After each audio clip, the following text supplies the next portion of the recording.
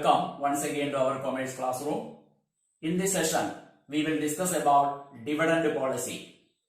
All of you know that dividend refers to that portion of firm's net earnings which are paid out to the shareholders.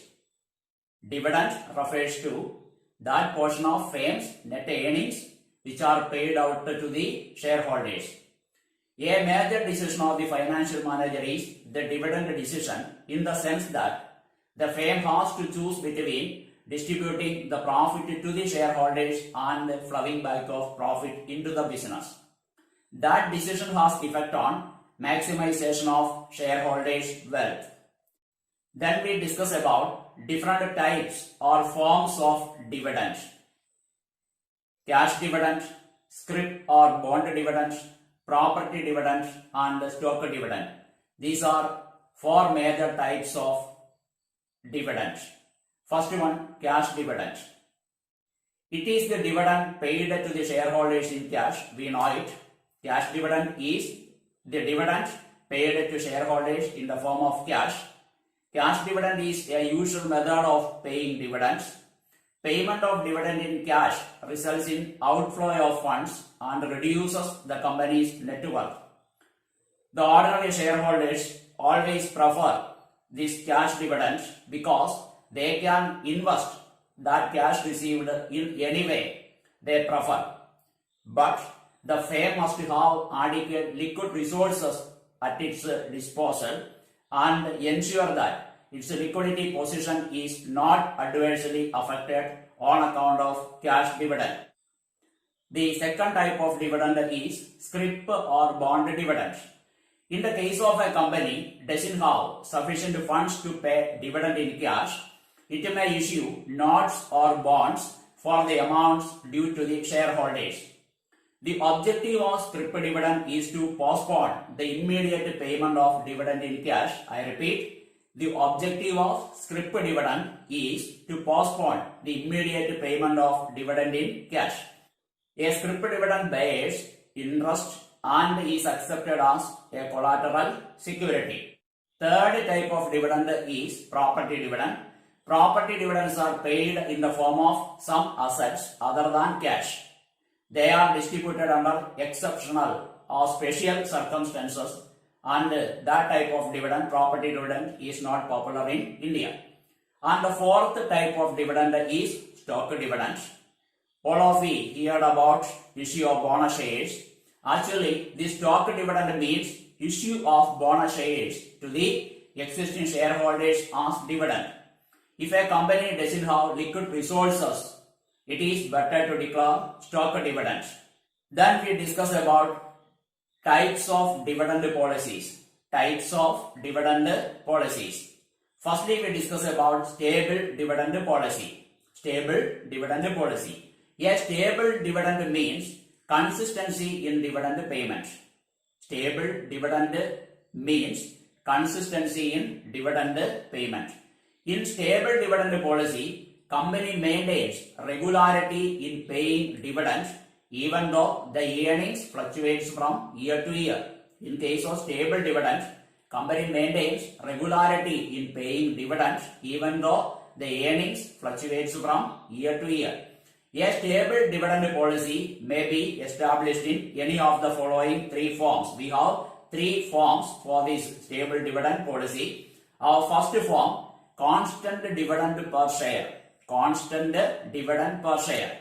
Some companies follow the policy of paying fixed amount of dividend per share irrespective of the level of earnings per year. I repeat, constant dividend per share. Some companies follow a policy of paying fixed amount of dividend per share irrespective of the level of earnings year after year.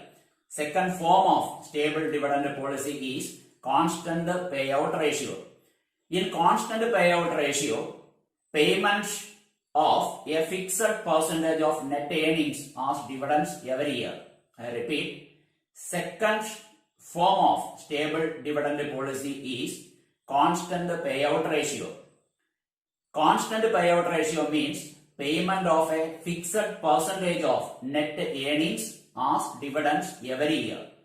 The third form of stable dividend policy is constant dividend per share plus extra dividend. Constant dividend per share plus extra dividend. Some companies follow a policy of paying fixed minimum rate of dividend per share plus an extra dividend in the years of high profits. These are three forms of stable dividend policy. Then we discuss about a second type of dividend policy, regular and extra dividend policy. Regular and extra dividend policy. Payment of dividend at the usual rate is termed as regular dividend. We know payment of dividend at the usual rate is termed as regular dividend. If earnings are higher than normal earnings in any year, the company may pay additional or extra dividend in addition to the regular dividend. Then third type of dividend policy is regular stock dividend policy. Regular stock dividend policy. This is the policy of distributing bonus shares in lieu of cash dividend to the existing shareholders. In this regular stock dividend policy, companies are not paying cash. In the place of that cash, they are distributing bonus shares to the existing shareholders. And the fourth type of dividend policy is regular dividend plus stock dividend policy. Regular dividend plus stock dividend policy. It is the policy of giving regular dividend in cash and extra dividend in stock. Regular dividend plus stock dividend policy. It is the policy of giving regular dividend in cash and extra dividend in stock. And the fifth type of dividend policy, irregular dividend policy. Irregular dividend policy.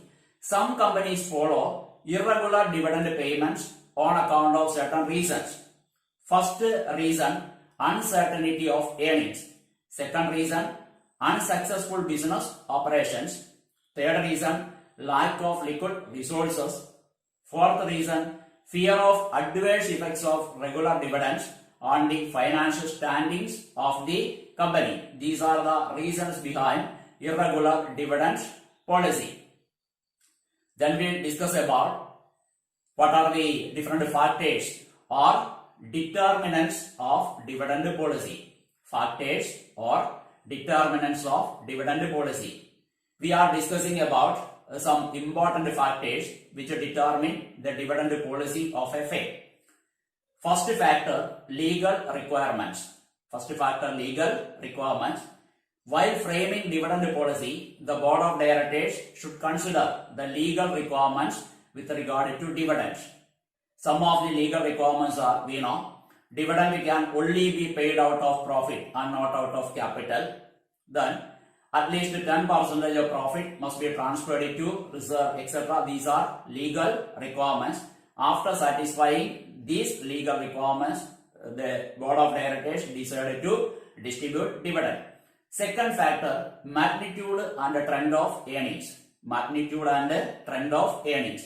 The amount and trend of earnings is an important aspect of dividend policy. The amount and trend of earning is an important aspect of dividend policy. It is rather the starting point of dividend policy. After considering this magnitude and trend of earning, the board of directors decides how much portion of profit to be distributed among shareholders. It is actually the starting point of dividend policy. The third factor of dividend policy, desire and type of shareholders. Desire and type of shareholders. We know the directors should give importance to the desire of the shareholders in the declaration of dividend policy, because the directors are the representatives of shareholders. Desire of shareholder for dividends depend upon their economic status. Then the fourth factor that determine dividend policy is nature of industry. Nature of industry. Nature of industry to which the company is engaged also considerably affect the dividend policy. Certain industries have comparatively steady and stable demand irrespective of prevailing economic conditions. Then fifth factor, age of the company. Fifth factor, age of the company. The age of the company also influences dividend decision of the company. A newly established company has to limit payment of dividend and retain substantial part of their profit for expansion purposes, for financing its future growth and development. While older companies which have established sufficient reserves can afford to pay liberal dividends. Sixth factor that determines dividend policy is future financial requirements. Future financial requirements. It is not only the desire of shareholders but also future financial requirements of the company that have to be taken into consideration while making dividend decision. Seventh factor that influences dividend policy is government's economic policy. The dividend policy of a firm has also to be adjusted to the economic policy of the government. Eighth factor, taxation policy. The taxation policy of the government also affects the dividend decision of the firm. A high or low rate of business taxation affects the net earnings of the company and thereby its dividend policy. Another factor, inflation. Inflation acts as a constraint in the payment of dividends.